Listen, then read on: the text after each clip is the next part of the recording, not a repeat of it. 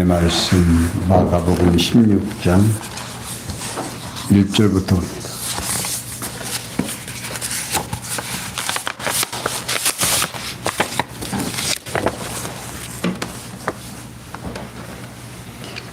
찾으신 줄 알고 기도하십니다.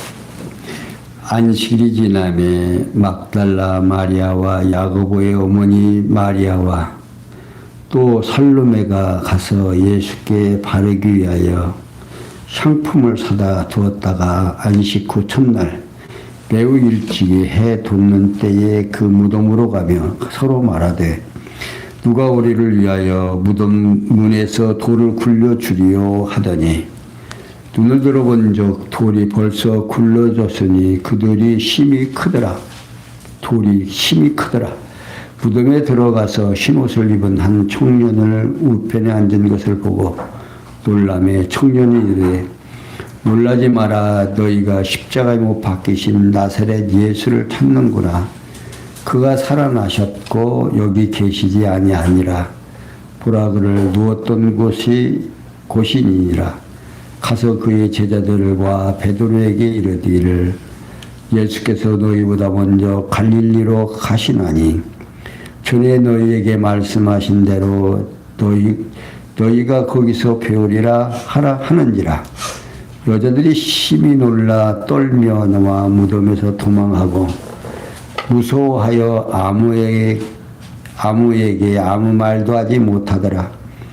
예수께서 안식 후 첫날 이른 아침에 살아나신 후 전에 7 귀신을 쫓아내어 주신 막달라 마리아에게 먼저 보이시니 마리아가 가서 예수와 함께하던 사람들을 슬퍼하며 울고 있는 중에 이 일을 고하며 그들은 예수의 살으셨다는 것과 마리아에게 보이셨다는 것을 듣고도 믿지 아니하니라. 아멘.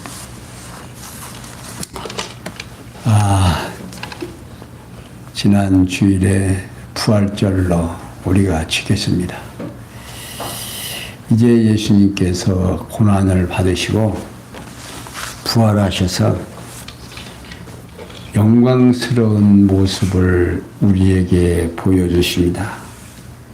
지금까지는 낮고 부족하고 천대받고 조롱받는 모습을 보여주시더니 이제는 부활하셔서 영광의 주님으로 우리에게 보여주십니다.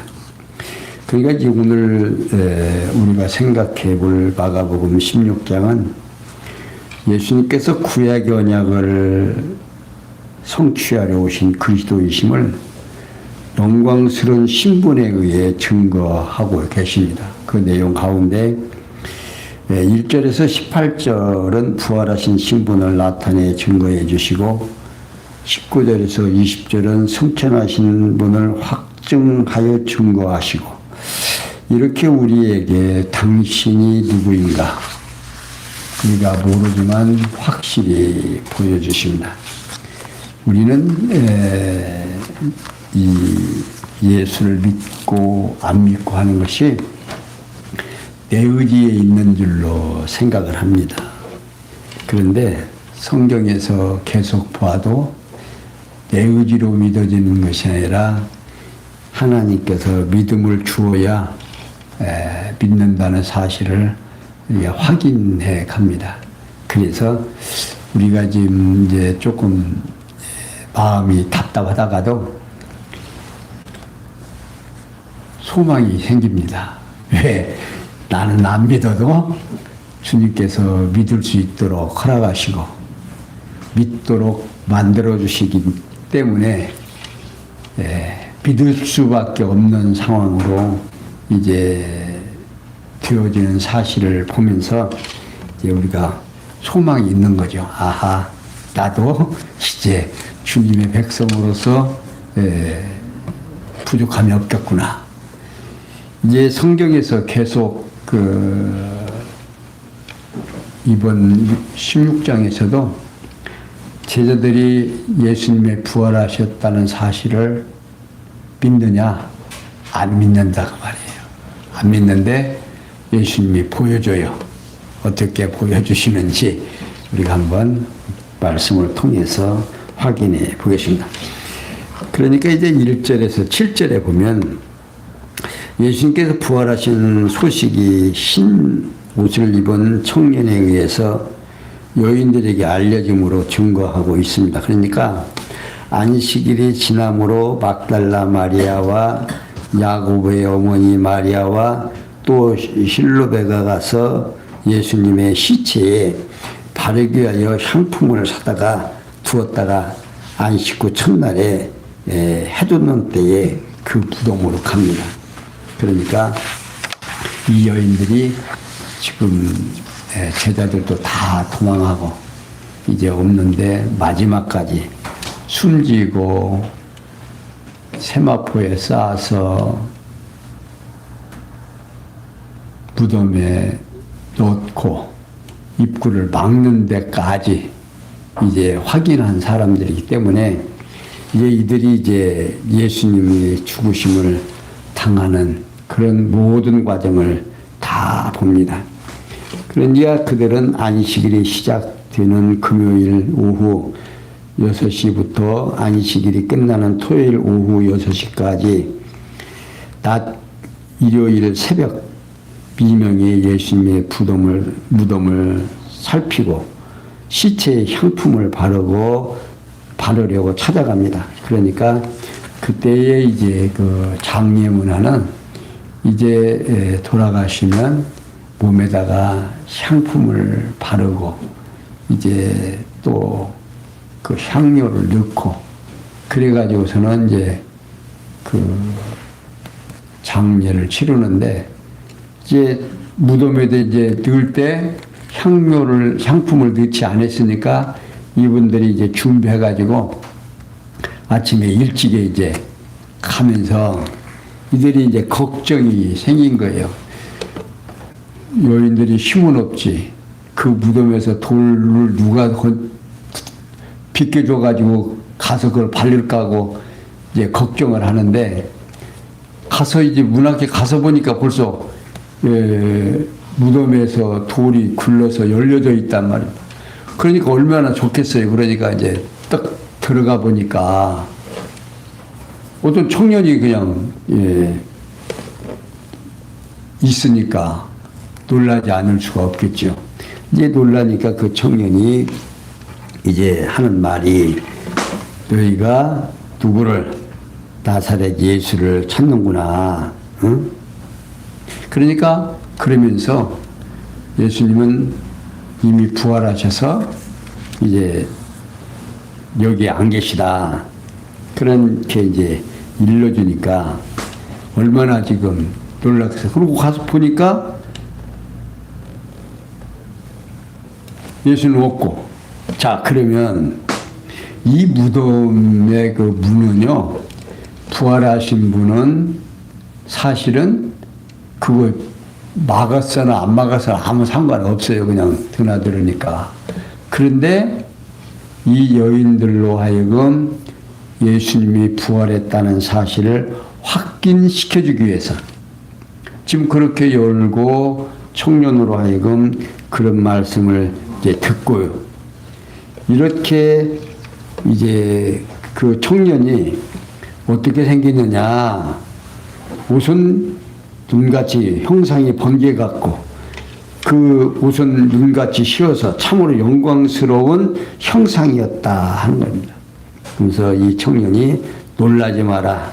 너희가 십자가에 못 박힌 나사렛 예수를 찾는구나. 그가 살아나셨고 여기 계시지 아니하니라. 보라 그를 두었던 곳이라고 알려줍니다. 이 청년은 여자들에게 예수의 말씀하시던 대로 부활하셨다면서 이를 확인시켜 주기 위해서 빈 무덤을 보여준 겁니다. 그러니까 지금 이 여인들이 예수님의 부활하신 사실을 지금 말을 듣기는 들어도 지금 실감이 안 나는 거죠. 그렇게 이렇게 보여줘서 믿음을 주는 거예요. 그렇게 막아놓고 부활했다라고 하면 어때요? 안 믿을 거 아니에요. 근데 무덤을 열고 실질적으로 우리가 이해하고 볼 수 있는 상황을 만들어서 우리로 하여금 믿음을 갖게 한다고. 그러니까 이렇게 빈 무덤을 보았고 그 예수님이 누웠던 곳을 확인됐으니 믿어요, 안 믿어요? 믿지요. 그러면서 너희보다 먼저 갈릴리 가셨으니 전에 너에게 말씀하신 대로 너희가 거기서 배우리라 하고 당부합니다. 근데 청년이 세 여자에게 예수님의 부활에 대한 소식을 제자들에게 전하라며 예수님께서 전에 약속하신 장소에서 만날 것을 알려주고 부탁을 합니다. 이렇게 예수님께서 부활하신 소식이 온 흰 옷을 입은 청년에 의해서 여인들에게 알려줍니다. 자, 그러면 8절, 11절에 보면 예수님께서 안식 후 첫날 이른 아침에 부활하여 막달라 마리에게 보이심으로 증거해 주십니다. 심히 놀라 떨며 나와 무덤에서 도망하고 무서워하여 아무에게 아무 말도 하지 못하였다. 너무도 놀라운 사실을 알게 된 여자들은 무서워서 아무런 말도 못하고 도망친 거죠. 그저 안식 후 첫날 이른 아침에 살아나신 후 예수님께 전에 7 귀신을 쫓아내어 주신 막달라 마리아에게 먼저 보여주십니다. 이에 부활하신 예수님께서 알아볼 수 있는 모습으로 막달라 마리아에게 먼저 보여주십니다. 이에 마리아가 가서 예수님과 함께 하던 사람들이 슬퍼하며 울고 있는 중에 이 일을 고합니다. 자, 막달라 마리아는 아무 슬픔에 잠겨 있는 자들에게도 확인된 예수님의 부활 소식을 전합니다. 그러나 그들은 예수님이 사셔서 이제 부활하셨다는 사실을 믿지를 않는 거예요. 자, 본 사람이 말하고 예수님이 살아났다고 말하지만 제자들이 평소에 예수님이 말씀하신 것을 믿었다, 안 믿었다? 안 믿었다는 얘기예요. 평소에 예수님이 3일 내가 죽은 다음에 3일 만에 부활한다라고는 사실을 그렇게 말씀을 해 주셨으면 제자들이 그걸 믿고 있었으면 진짜 하고서는 막 좋아서 그냥 어디 계시냐 할 거 아니야.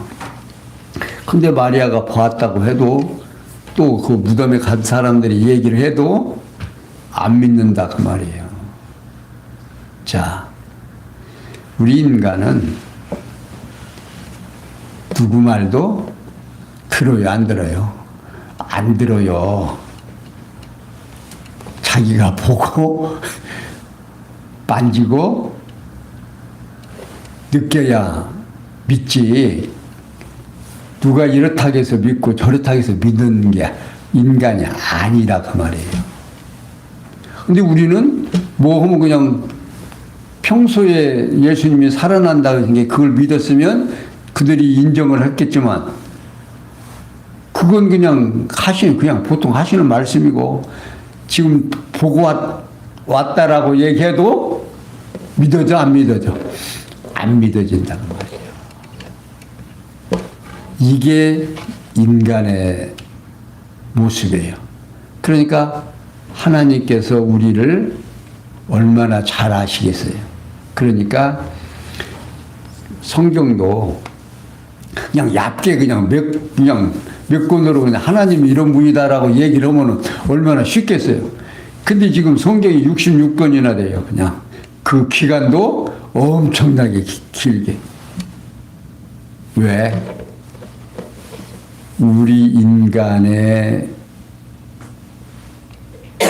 창조하신 하나님께서 너무나 잘 알으니까 우리로 하여금 생각을 바꾸시려면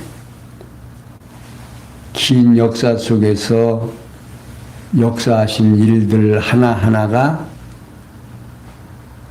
시간과 공간과 형상 속에서 드러나야 어떻게 하니까? 믿으니까. 우리로 하여금 믿어지게 하신다 그 말이에요. 이게 내가 믿는 것이 아니에요. 믿어지게 하니까 믿는 거지. 그러니까 이런 말씀을 통해서 하나님께서 우리로 하여금 예수가 그리스도인 것을 믿어지게 하시려고 부활도 하시고 제자들에게 보여주십니다. 자, 12절에서 18절에 보면 두 사람의 증언을 불신한 제자들을 꾸짖고 임무를 부여합니다. 12절, 그 후에 저희 중 두 사람이 걸어서 시골로 갈 때에 예수께서 다른 모양으로 저에게 나타나시니 두 사람이 가서 남은 제자들에게 고하였으되 역시 믿지 아니하니라. 그 후에 11 제자가 음식 먹을 때에 예수께서 저에게 나타나시니 저의 믿음 없는 것과 마음이 완악한 것을 꾸짖으시니 이는 자기의 살아난 것을 본 자들의 말을 믿지 아니함이라. 또 가라사대 너희는 온 천하에 다니며 만민에게 복음을 전파하라. 믿고 세례를 받는 사람은 구원을 얻을 것이요 믿지 않는 사람은 종교를 받으리라. 믿는 자에게는 이런 표적이 따르리니 곧 저희가 내 이름으로 귀신을 쫓아내어 새 방언을 말하며 뱀을 잡으며 무슨 독을 마실지라도 해를 받지 아니하며 병든 사람에게 손을 얹은즉 나으리라. 자, 12절에서 13절에 예수님께서 시골로 가는 두 사람에게 다른 모양으로 나타나 제자들에게 고하게 합니다. 그 후에 저희 중 두 사람이 걸어서 시골로 가고 있는데 여기서 저희는 예수 생전에 함께하던 사람들로서 예수의 죽음을 슬퍼하며 울고 있던 자들입니다. 자, 그들 중 두 사람이 시골로 돌아가고 있었던 거죠. 그때에 예수님께서 다른 모양으로 그들에게 나타나십니다. 그게 예수님께서 생전의 모습이 아닌 부활하신 다음 다른 모습으로 두 사람에게 나타나 보여주십니다. 그게 다른 모습으로 나타나셨지만 그분이 누구였다?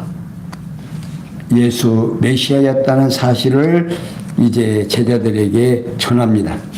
근데 그들의 말도 듣질 않아요. 그러니까 14절, 18절에 보면 예수님께서 제자들에게 믿음이 없음을 책망하고 복음 전파에 임무를 부여하십니다.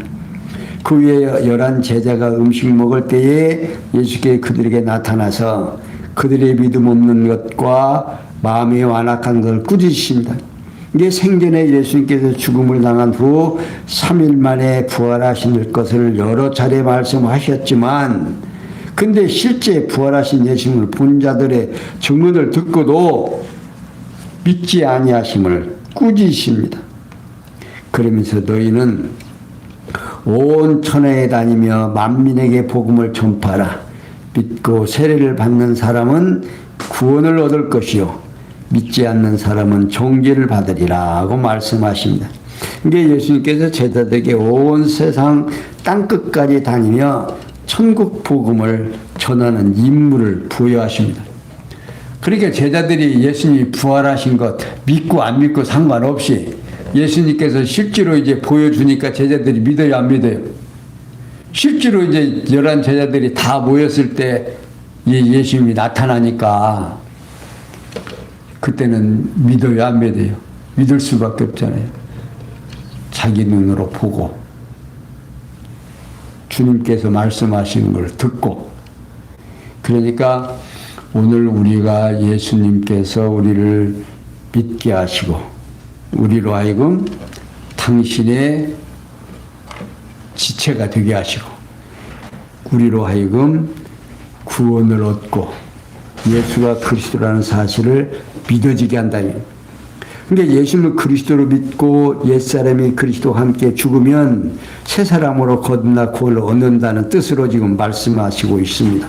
그러니까 믿는 자에게는 이런 표적이 따르니 곧 저희가 내 이름으로 귀신을 쫓아내며 새 방언을 말하며 뱀을 집으며 무슨 독을 마실지라도 해를 받지 아니하며 병든 사람에게 손을 얹은즉 나으리라고 약속을 하십니다.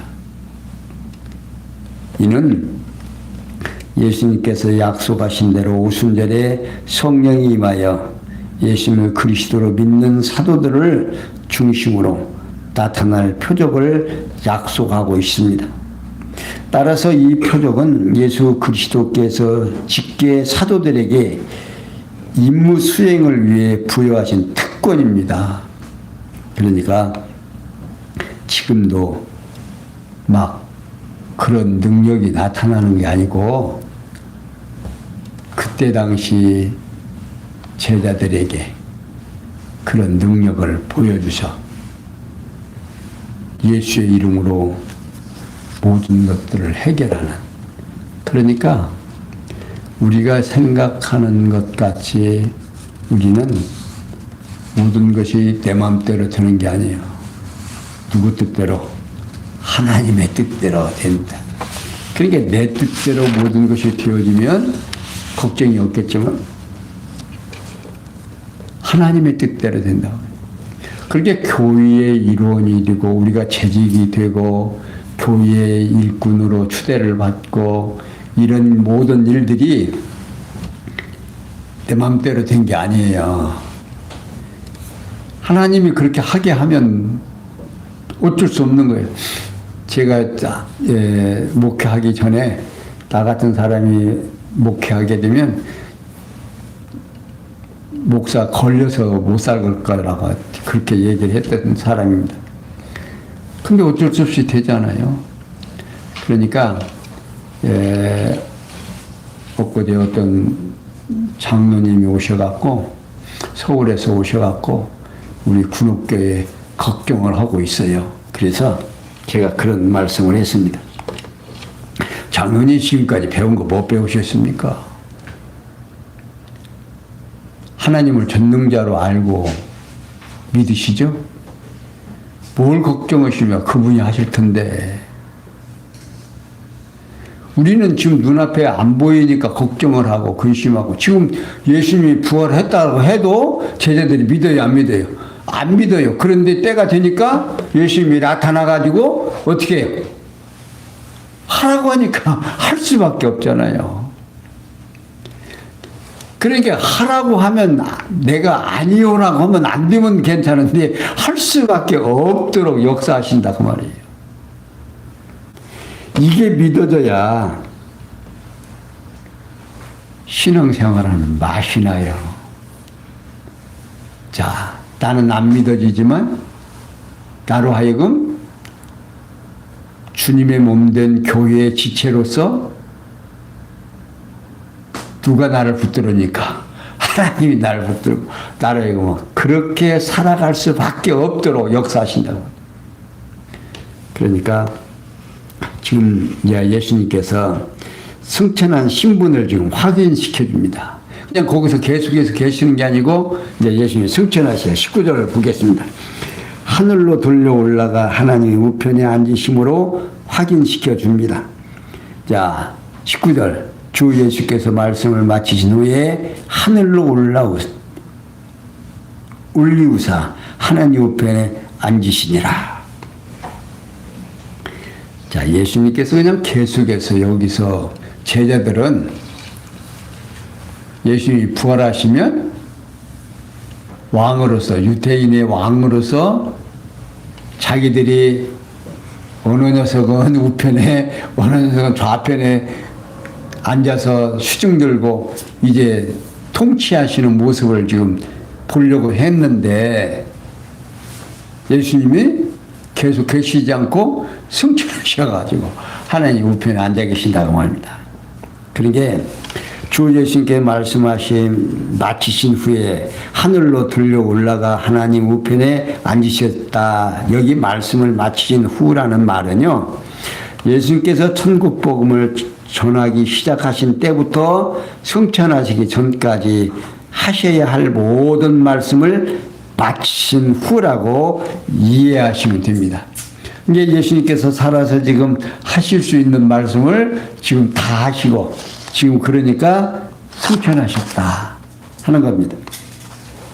그러니까 이제 예수 그리스도께서 세상에 오셔서 직접 전하여 제자들이 감당할 수 있는 말씀을 모두 마치시고 나머지 예수님의 승천하실 당시까지 제자들이 감당할 수 없는 말씀은 약속하신 진리의 성령이 오셔서 가르쳐서 알게 해 주실 것이기 때문에 이제 하나님은 하나님 우편에 앉아 계셔서 이 세상에 오시기 전까지 누가 역사하신다? 성령께서 역사하신다. 이제 사도행전에서도 분명하게 말씀드리죠. 예수님이 승천하신 후에 성령이 오셔서 그들로 하여금 하나님의 말씀이 깨닫게 되고 생각나고 그래서 성경을 기록해 놓은 거예요. 그러니까 예수님과 함께 있을 때는 생각이 안 나고 안 믿어졌는데 승천하셔서 보혜사 성령을 보내주니까 그들이 예수님이 생전에 하신 말씀이 기억나고 생각나고 그분이 하신 일들이 왜 그렇게 했는가를 깨달아져서 성경에 기록해 놓으셔서 오늘 우리가 그 내용을 듣고 믿어지게 하신다. 이게 복이에요. 많은 사람들이 이 땅에서 하나님을 믿고 예수를 그리스도로 영접하면 복 받는다고 그러죠. 이게 그 복이 바로 이 복이에요. 하나님을 믿어지게 되고 믿어진 그들에게 어떻게 소망을 주어서 기쁨과 즐거움을 만끽할 수 있도록 그게 복이다 그 말입니다. 이 땅 위에 이제 우리 권사님이나 저나 나이 먹은 양반들이 이제 돌아갈 때는 빈손 들고 왔다가 빈손 들고 가요. 그런 게 아무런 미련도 없이 뭐 몽땅 가지고 가게 된다고 하면 아마 엄청날 거예요. 아마. 그럼 다 이 세상 거 놓고 가잖아요. 미련 없다. 그 미련 없게 하려고 힘도 없어지고 내 나이 다 봐라 한다고 하지만 이제 점점점 성도들이 이 나이가 먹고 이 땅에 살면서 이제 안 믿는 사람은 거꾸로 매달아도 어디가 좋다? 이 세상이 좋다 그러지만 우리 믿는 성도들은 천금을 줘도 어디가 좋다? 천국이 좋다. 그런 마음을 갖게 하신다고 막. 그러니까 여기 이제 제자들에게 20절에 보면 제자들이 나가 두루 전파할때 주께서 함께 역사하사 그 따르는 표적으로 말씀을 확실히 증거하시니라. 우리는 안 하려고 하지만 우리로 하여금 할 수 있도록 역사에서 하신다 그 말입니다. 그러니까 천하에 다니면서 제자들이 복음을 전파합니다. 그러니까 땅끝까지 이르러 내 증이 되리라고 사도행전 1장 18절에서 약속에 따라서 제자들이 두루 복음을 전파합니다. 이에 주께서 함께 역사하사 그 따르는 표적으로 말씀을 확실히 증거하게 합니다.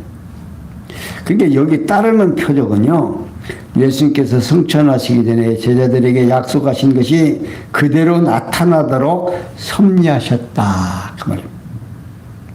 따라서 하나님 우편에 앉아 계신 성자 하나님께서 약속대로 성령을 보내서 제자들에게 따르도록 역사하여 말씀을 확실히 증거하게 하십니다. 그러니까 말씀을 복음을 전해도 사람들이 안 따르고 안 믿으면 재미가 있겠어요? 없겠어요? 재미없어서 못하지요. 근데 복음을 전하니까 많은 사람이 깨닫고 따르고 기뻐하고 전하고 싶겠어요? 안 전하고 싶겠어요? 복음을 전할 수밖에 없는 환경을 만들어서 우리로 하여금 믿을 수밖에 없는 믿음을 주어서 우리를 하여금 믿게 하신다고 말입니다. 그러니까 이게 복이에요. 사랑하는 성도 여러분, 성경에서는 뭐라고 하십니까? 무엇을 먹을까, 무엇을 입을까? 염려해라 말으라 하지 말으라. 그것은 누가 걱정하는 것이다?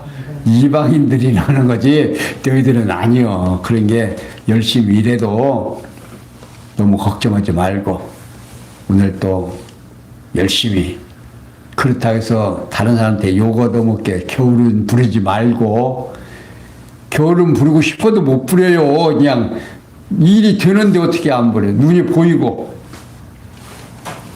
여러분들 아마 가장 어려운 것이 뭐냐면 일이 눈에 보이는데 안 하는 거. 그것을 제일로 힘들 거예요. 안 보여서 안 하는 건 세상 편안해요. 그거. 근데 보이는데 안 하는 거. 그것까지 힘든 거 없어요. 마찬가지로 오늘 우리가 하나님이 보이고 하나님이 우리에게 소망을 주면 오늘 군옥교회 여러분들 재직들 힘들다고 아마 끙끙 그럴 거예요. 숫자도 적지.